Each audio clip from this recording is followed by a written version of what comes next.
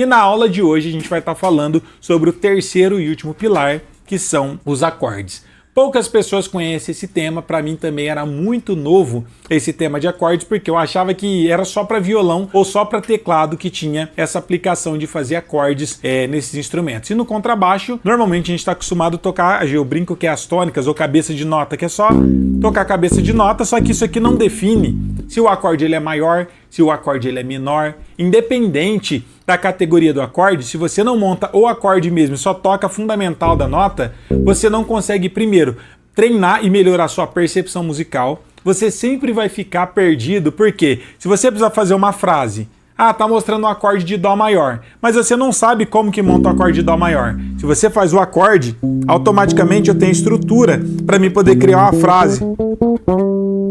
Por exemplo, é um acorde de Dó menor. Por exemplo, acabei de criar uma frase baseado no quê? No acorde menor. E assim por diante, acorde com sétima, que são os dominantes. Hoje a gente vai estar entendendo melhor sobre a aplicação dos acordes, a funcionalidade deles e o porquê você deveria estar estudando esses acordes. Então, o tema da nossa aula de hoje vai ser sobre acordes e eu quero explicar um pouco mais como que eu conheci essa técnica de acordes, porque até então para mim era algo inusitado que não era possível tocar no contrabaixo. E como eu disse para vocês durante algumas aulas, para quem não sabe, eu comecei a estudar contrabaixo comecei a estudar violão primeiro. E nesse meio tempo, o meu primeiro professor pediu para mim estudar com o professor dele, porque ele não podia me dar aula. Ele trabalhava em outro lugar, ele também trabalhava num hospital, e ele não podia me dar aula, ele sugeriu que eu começasse a estudar com o professor dele. Só que o professor dele tocava guitarra e também tocava contrabaixo, só que ele era melhor baixista do que guitarrista.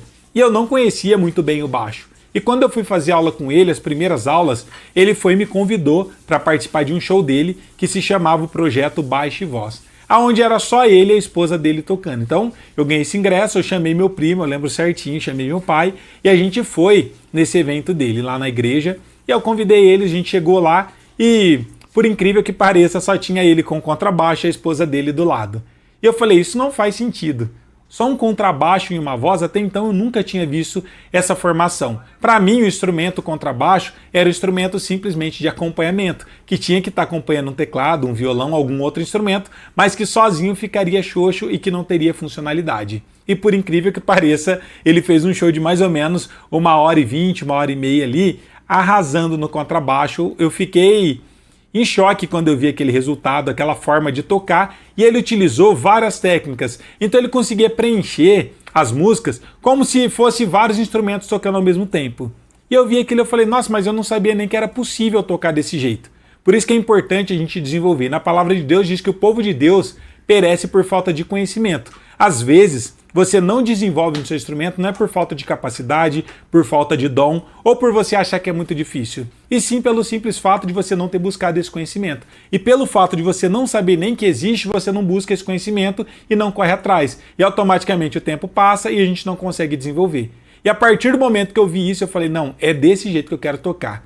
E aí eu fui me aprofundar melhor nesse tema de acordes. Quais são as aplicações dos acordes e a importância deles? Primeiro, para a gente poder criar caminhos de baixo, eu vou tocar um hino, só que eu não quero tocar ele simples, eu quero fazer as inversões de baixo. Por exemplo, aqueles acordes que tem a letra barra a outra, por exemplo, Dó com baixo em Mi.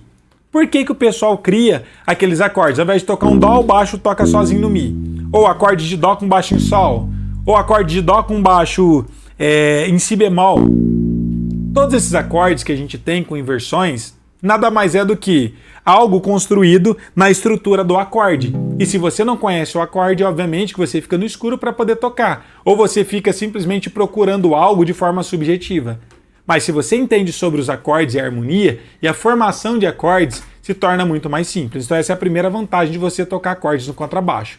Segunda coisa, muita gente fala, professor, na minha igreja não tem ninguém que toca. Eu até gostaria de começar a tocar na igreja, mas sozinho vai ficar muito vazio, vai ficar muito estranho eu tocar. Se você aprende a aplicar os acordes no contrabaixo, você pode acompanhar assim como esse meu professor acompanhava a esposa dele cantando, sem o auxílio de nenhum outro instrumento. Você pode ser o primeiro músico da sua igreja e tocar de uma forma muito bonita e muito incrível. Obviamente que você precisa estudar.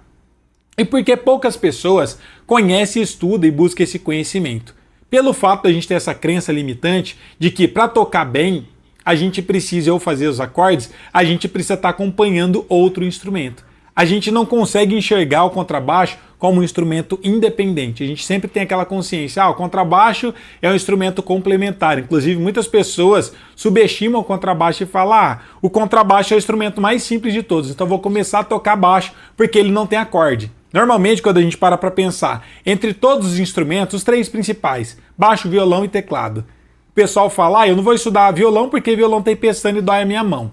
Então, contrabaixo já tem ponto nisso porque está mais simples. Outras pessoas falam, eu não vou estudar teclado porque teclado tem aquele monte de tecla preta, é muito confuso de conseguir estar entendendo, tem que usar as duas mãos para poder tocar, muito confuso, muito difícil. Então eu vou para o contrabaixo, que não tem nota, é só tocar a cabeça de nota, só um dedinho de cada vez e pronto. Isso é engano de vocês, porque pelo fato de a gente ter essa consciência, normalmente as pessoas não saem do básico e sempre permanecem tocando da pior forma possível. Eu sempre estou aqui, eu sou apto disso, de sempre estar lembrando vocês, gente, se você vai tocar na igreja, se é para adorar a Deus, por que não dar o seu melhor? Por que não estudar e se dedicar para você tocar com excelência? Até porque nós temos que ser referência para o músico, para o mundo. Muitos de vocês sabem que nós, teoricamente, deveria ser sal da terra e luz do mundo. Mas poucas pessoas é referência, principalmente nas igrejas hoje em dia. Porque muita gente está acomodado, não quer estudar para poder estar avançando e desenvolvendo no seu instrumento e automaticamente deixa de estudar, deixa de evoluir e aí a gente passa em frente das igrejas. A maior parte não tem ninguém tocando e as poucas igrejas que tem, as pessoas estão tocando super mal. E muitas pessoas passam em frente e falam, nossa, que bagunça, não vou entrar na igreja porque tá uma bagunça, uma barulheira, às vezes chama a polícia, pessoal tocando mal, e vocês vê fora da igreja, que era pra gente ser referência, o pessoal tocando com excelência, buscando conhecimento. Então a gente precisa mudar essa triste realidade, a gente tem que buscar conhecimento, desenvolvimento, pra gente tocar com excelência e ser referência para o mundo. Para as pessoas, quando passam em frente de uma igreja, falam, nossa, que louvor bonito, eu vou entrar nessa igreja. E não a gente espantar os irmãos ou as pessoas de irem na igreja pelo fato de estar tocando muito mal ou fazendo as coisas de Deus de forma mal feita.